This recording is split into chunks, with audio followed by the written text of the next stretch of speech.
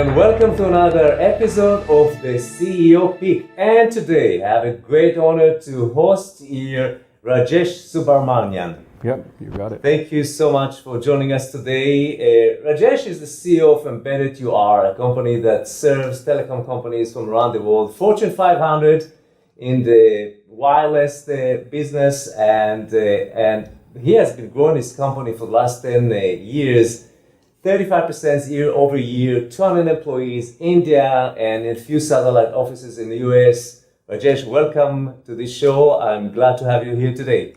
Thanks, Dave. It's wonderful to be talking to you today.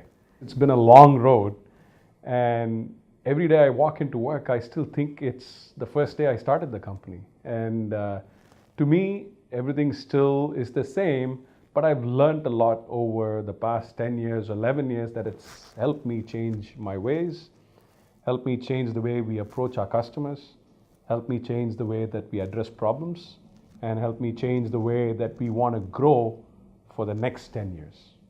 So challenges, everybody has challenges. When I first started the company, and I still remember making our first PowerPoint presentation, walking around and prospective customers, talking to them. And one of the first things everybody used to tell me was, this is really not going to work. If you're expecting funding, nobody's going to fund you.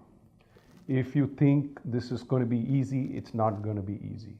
So this was a recurring theme. Wherever we went, I mean, at least 3 or 4 people always had an opinion, and they always had a piece of advice, because everybody that I went to, at least in the area that we were trying to focus on, had built companies successfully and grown the companies based on investment from VCs.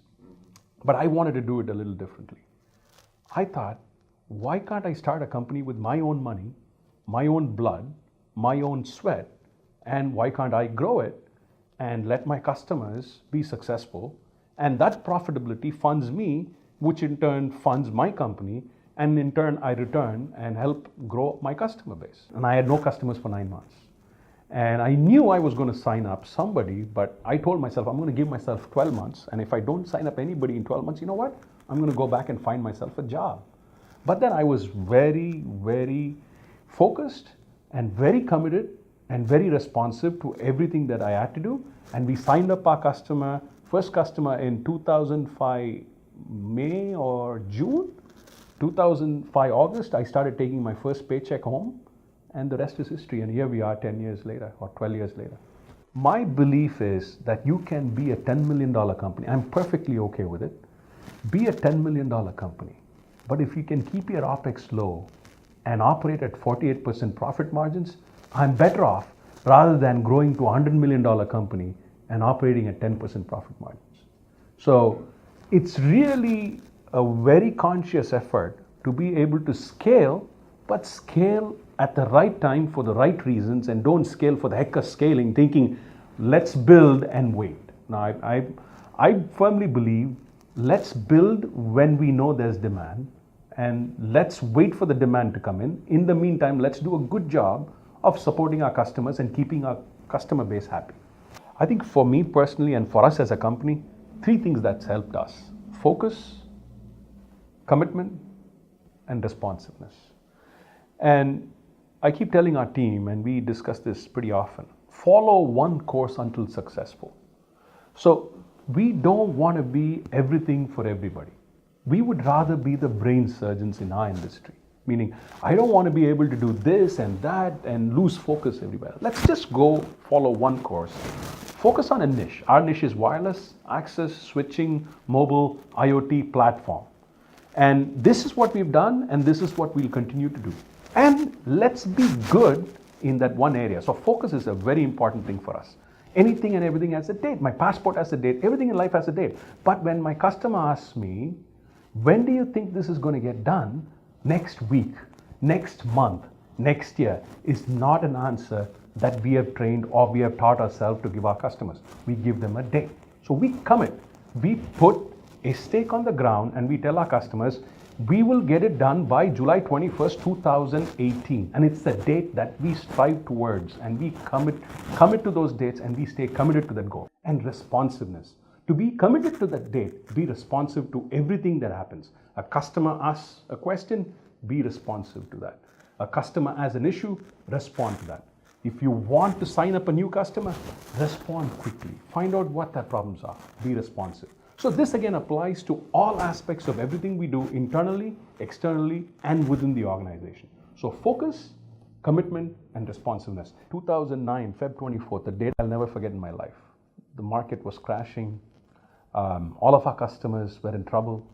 And it was just a sheer coincidence, because I know my customers don't talk to each other. But it was the same day, unfortunately for me, that most of in fact 90% of my customers called and they said, we gave you POs, please don't invoice. We're having some operational issues, so hold. I'm going like, this is not a funded company. I don't have VC funding. This company runs based on our own blood and sweat, money that we generate based on profitability and what we do for our customers. So how can I hold and how am I going to pay my bills? And it was a very testing time. And again, I go back to the one word in the three top things that I mentioned, commitment. So we stayed committed to the team and to our end goal.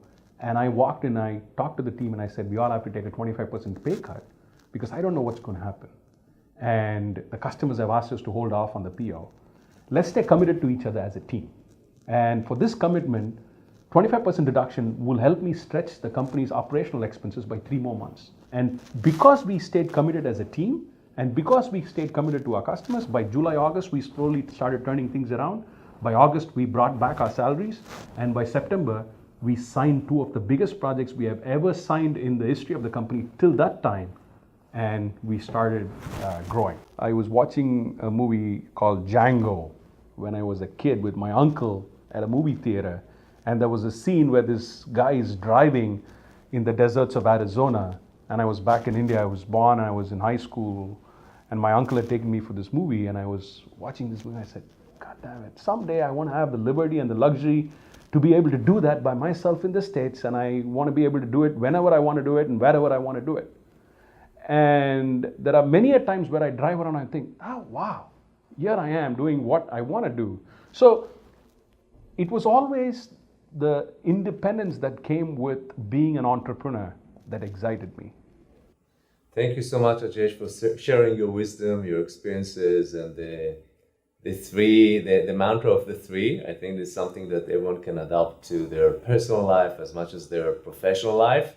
Sure. And thank you for watching the CEO Peak, and I look forward to see you on the next episode. This is Dave Osh, and I'll see you next time. Thank you.